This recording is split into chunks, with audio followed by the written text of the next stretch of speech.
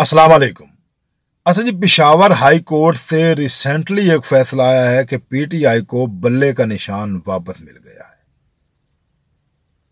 इस फैसले पर मुझ समेत तमाम पाकिस्तानी हैरान हैं कि पहले बल्ले का निशान वापस लिया गया, फिर इतना जल्दी पीटीआई को बल्ले का निशान वापस क्यों दिया गया।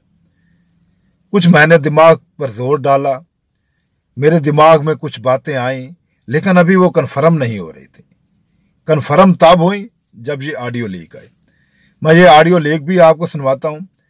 ये वीडियो उन लोगों के लिए है जो पीटीआई का टिकट लेना या खरीदना चाहते हैं। बाकी पटवारी, यूथिये, जाले इस वीडियो को देखें या ना देखें, उनकी अपनी मर्जी है। लेकिन जो लोग पीटीआई का टिकट लेना या खरीदना चाहते हैं वो जरूर देख लें, बाद में पछताना ना, क्योंकि एहतियात बहुत बेहतर होती है। अब हुआ यह कि अगर पीटीआई की टिकटें आप लोग खरीद लेते हैं 1 करोड़ में, 2 करोड़ में, 4 करोड़ में, जितने भी मर्जी में भी जो रेट आपका तय होगा उसमें आज आप खरीद लेते हैं। आप इसी शर्त पर खरीदेंगे ना कि पीटीआई के पास बल्ले का निशान हो। अगर निशान ना हो तो आप पीटीआई का टिकट क्यों खरीदेंगे, किस पर मोहर लगवाएंगे। अब यही सबसे बड़ी चाल है और यही सबसे बड़ी साजिश है।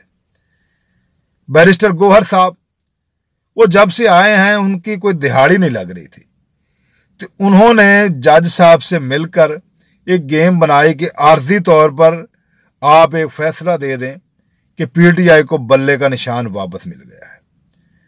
बल्ले का निशान वापस मिलते ही मैं लोगों से टिकटों के पैसे ले लूंगा, 2-2 करोड़, 4-4 करोड़, 2-2 लाख, जितने मर्जी हो। रेट तो उनका अपना तय होना है ना, हमारा तो इसमें कोई अमल दखल नहीं।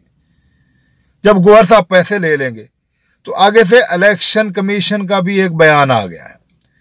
वो कहते हैं कि इलेक्शन कमीशन पूरे मुल्क का इदारा है, किसी एक जमात का इदारा नहीं।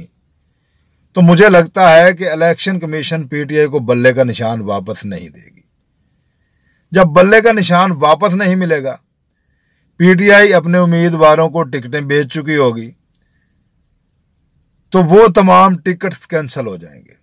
उन उम्मीदवारों को आज़ाद हैसियत में इलेक्शन लड़ना पड़ेंगे। इलेक्शन तो बाद की बात है, पहले जो पैसे आप भरेंगे टिकट लेने के लिए, वो पैसे आप वापस किससे लेंगे।